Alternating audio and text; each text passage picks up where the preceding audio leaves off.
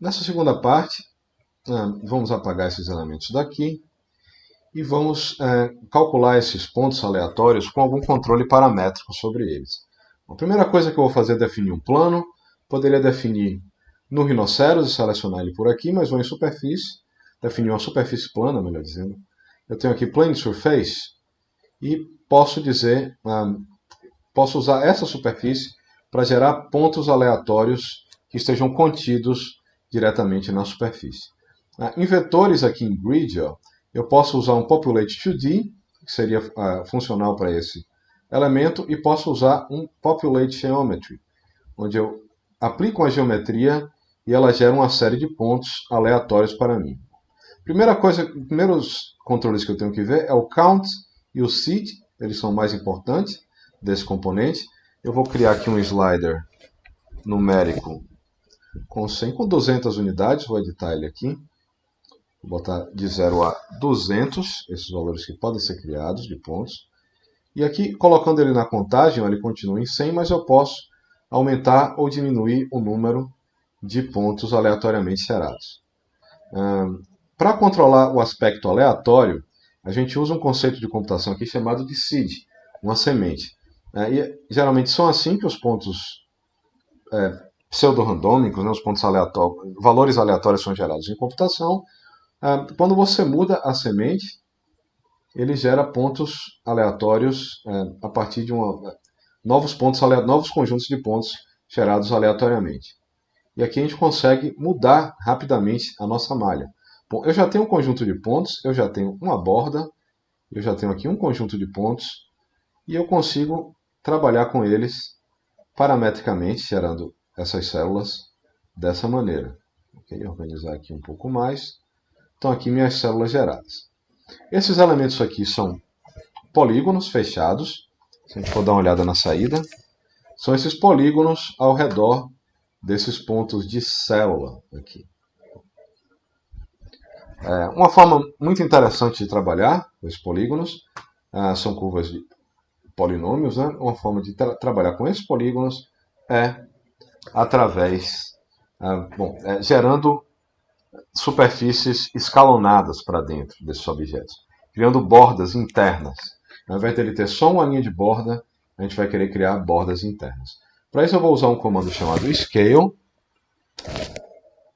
Está aqui o scale. Ele vai receber uma geometria e ele vai receber um centro para essa geometria.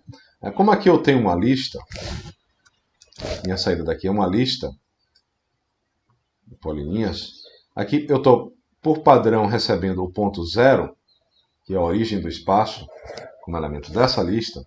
O que eu vou fazer aqui é criar um novo centro para esses objetos. Bom, eu poderia ter usado o próprio centro desses pontos.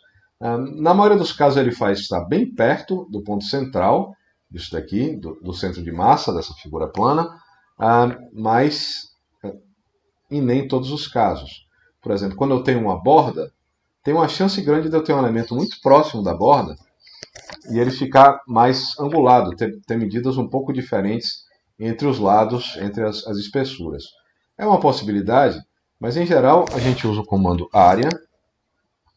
Ele vai calcular uma área de uma superfície, ele está aqui em superfícies, análises, com esse símbolo de metros quadrados, ele vai dar uma área. E um outro elemento desse componente é que ele dá um centroide dessa área. O centroide é o centro de massa. E aqui eu posso trocar esse meu centro pelo centroide. Vemos que existe alguma diferença entre os pontos originais que geraram o Voronoi e da maneira como eles são calculados e o centroide. Mas agora eu tenho uma situação mais uniforme dentro de cada célula, pelo menos. As células maiores vão ter bordas maiores, porque ele está usando um fator de escala, e as menores bordas menores, mas é possível controlar agora esse fator. Vou botar aqui um slider de 1. Aqui ele não vai escalonar, e aqui eu começo a ter controle sobre essa escala de maneira paramétrica. Bom, com esse conjunto de dois elementos, muita coisa pode ser gerada a partir deles. Muitos elementos podem ser gerados. Um dos mais comuns que a gente pode gerar é mover o segundo elemento no eixo Z, mover ele para cima e criar lofts, criar superfícies a partir dessa combinação desses dois elementos. Então está aqui, eu vou usar primeiro o comando move. Está aqui o move, eu vou receber uma geometria. Por padrão ele move 10 unidades no eixo Z. Então ele está aqui bem distante desse elemento. Eu vou acertar isso daqui com a unidade Z. Mover para 1. E aqui eu posso colocar o valor que eu quiser. Trabalhando aqui com valores, vou botar até 2. Só 2 aqui. E aqui eu consigo mover eles de maneira mais controlada e ainda uniforme. Todos vão mover o mesmo tanto. E aqui eu consigo criar uma série de figuras com eles. Por exemplo, se eu uso um comando loft para cá, eu posso receber curvas vindo daqui e daqui de forma ordenada. Então eu vou usar um componente chamado merge. Ele é um componente de data trees. Ele está em set data trees merge. Ele está aqui e aqui eu consigo controlar o que é que está acontecendo com as minhas entradas e com as minhas saídas. Juntando esses dois elementos, eu tenho agora um grande conjunto com as saídas do primeiro da curva original. Na verdade, aqui eu tenho um conjunto único. Os elementos que saíram da curva original e da segunda curva. Aqui eu tenho um valor total. Aqui eu tenho o valor vai estar dobrado. Aqui eu tenho 154 elementos. Aqui na primeira entrada eu tenho 77 e aqui eu tenho 77. Tenho 77 que foram alinhados. Ok. Como é que eu posso organizar isso para formar duplas para entrar na minha entrada do meu loft? Sendo que a dupla deve ser formada por o componente de índice n dessa lista e o componente de mesmo índice de índice n dessa outra lista, 0, 0, 1 e 1, 2 e 2. Aqui eu consigo transformar esse meu elemento com um graft.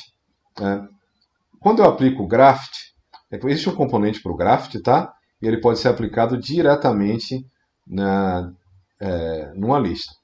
Qual a diferença que eu tenho aqui? Minha lista original, ela tem os elementos todos contidos em uma única lista. Minha lista após o graft, para efeito de comparação, ela tem sublistas de um elemento. Ela cresceu um nível de organização. Então ela é um conjunto de sublistas, cada uma delas com um elemento dentro delas. Eu posso criar o graft com esse componente e colocar ele aqui. E eu posso criar o graft também clicando na entrada e usando a opção graft. Agora o que eu tenho nessa saída são conjuntos de dois elementos.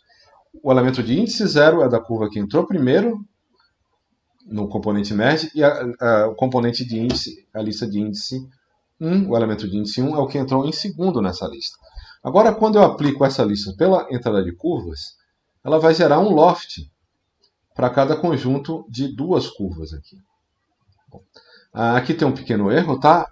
Esse loft foi gerado a partir da curva escalonada e da curva movida. O que eu queria fazer era da curva original para a curva movida, para criar uns elementos um pouco mais disformes aqui. Eles vão se inclinando para dentro.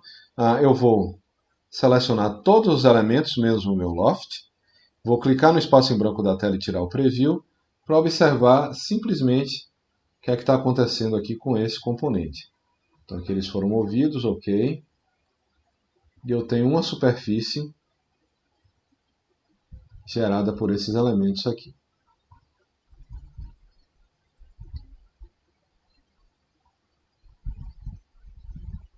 Eles estão nessa sequência. Ok. Tem muito mais que pode ser feito com esse elemento. Algumas coisas que podem ser trabalhadas. A borda, por enquanto, ela é uma linha só. Todos os componentes são uma linha única, na verdade. E dá para ficar um pouco mais orgânico do que isso, principalmente quando a gente trabalha com o conceito de attractors, que nós vamos ver em seguida.